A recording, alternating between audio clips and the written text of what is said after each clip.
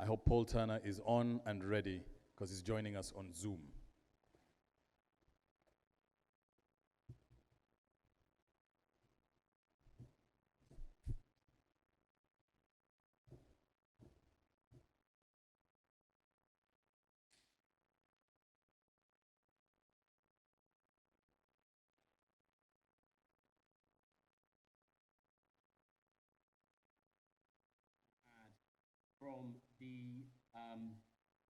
From the country private sector diagnostic that we started just over a year ago.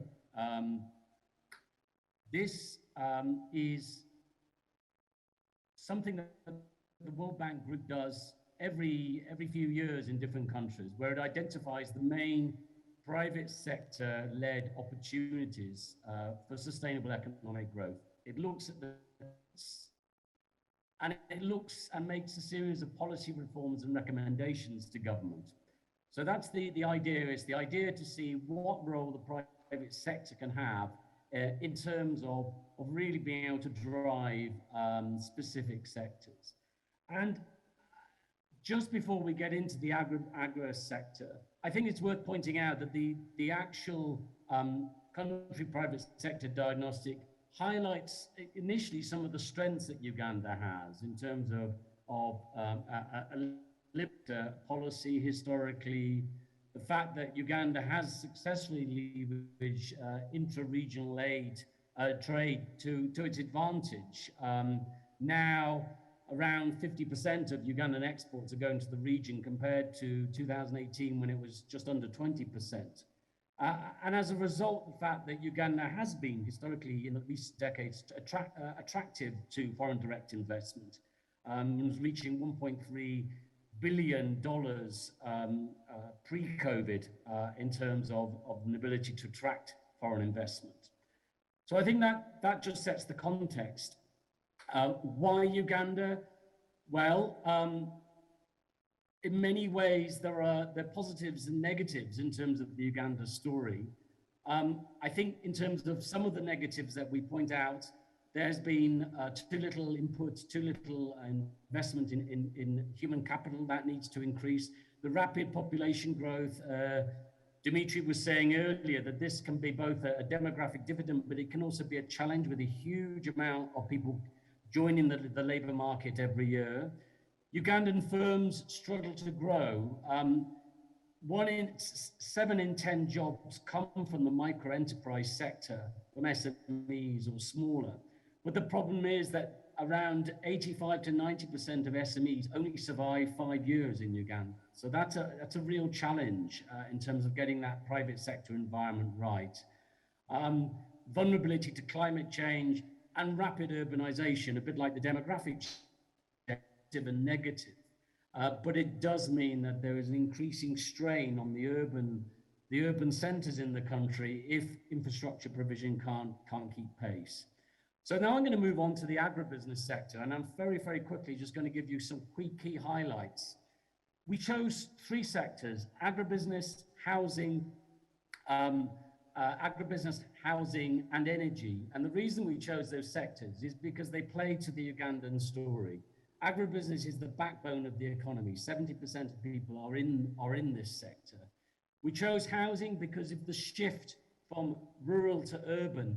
People are needing to be housed, but there is a gap in terms of affordable housing. So how could the private sector help plug that gap? And then energy, for obvious reasons, to be able to power the economic transition in Uganda from rural to urban, to build up the agribusiness sector and to be able to kind of power that. In the agribusiness sector, there's a lot of constraints there, and I won't go into them all because colleagues already have actually pointed out many of them. I think that one of the key things I'd point out is the logistics challenge. The access to agricultural finance is a huge challenge, and also the quality of some of the inputs in the sector are continue to be a burden. Especially, and I think this is what I want to point out now, because we looked at maize, post-harvest loss is still a huge problem. There's only, I think, 30% of the warehouse capacity that's actually used in the country. So within the agribusiness sector, We then looked at the opportunities, the obvious opportunities there. 8 out of 10 of exports from the country are in the agribusiness sector. So it is, as I said a moment ago, their backbone. It is also accounts for 2/3 of the manufacturing output, and that's important. So if you look at the pie graph there, you see how much agro-processing dominates the whole secondary economy, if you like, secondary sector economy, to a huge way. And in terms of the next, it's actually bricks and cement and chemicals, which make up around 17%. So agribusiness is in a sense got to be the future, which is why we have the conference today. And also, as I've said, 70% of people are in the sector in some way or another, and 9 out of 10 of Uganda's poor living in rural areas. So we then, within the agribusiness sector, we looked at specific subsectors. We looked at fisheries, we looked at dairy, we looked at maize. I'm going to start with maize at the screen, because maize, in a sense, has had a lot of publicity recently for the wrong reasons in terms of lack of quality control, about the trading relationship with Kenya. But it does show that both in quality control and in post-harvest losses, maize has very, very obvious blockages, which can be addressed quite easily in order to make it, for Uganda, a regional trade asset. And we feel that the focus for maize really needs to be built up more and more. In dairy, there's a high dependency on the Kenyan market, but again and again, as it's come through in previous speakers, the productivity levels are only 1/4 of the potential and much lower, for example, than Rwanda and Kenya. Again, poor feeding and animal care practices being one of the reasons for that. And finally, on fisheries, there is a huge potential for obvious reasons in Uganda, but the high cost of inputs, fish feed coming from places like Mauritius, has been a deterrent to the growing illegal, unreported, unregulated fish trade, and again, a sort of poor quality supply chains, meaning that the sector hasn't grown as much as we think it should. So what we've done with government is we've looked at the overarching constraints, but we've also looked at specific areas to target in the agribusiness sector with a focus on those 3 sectors.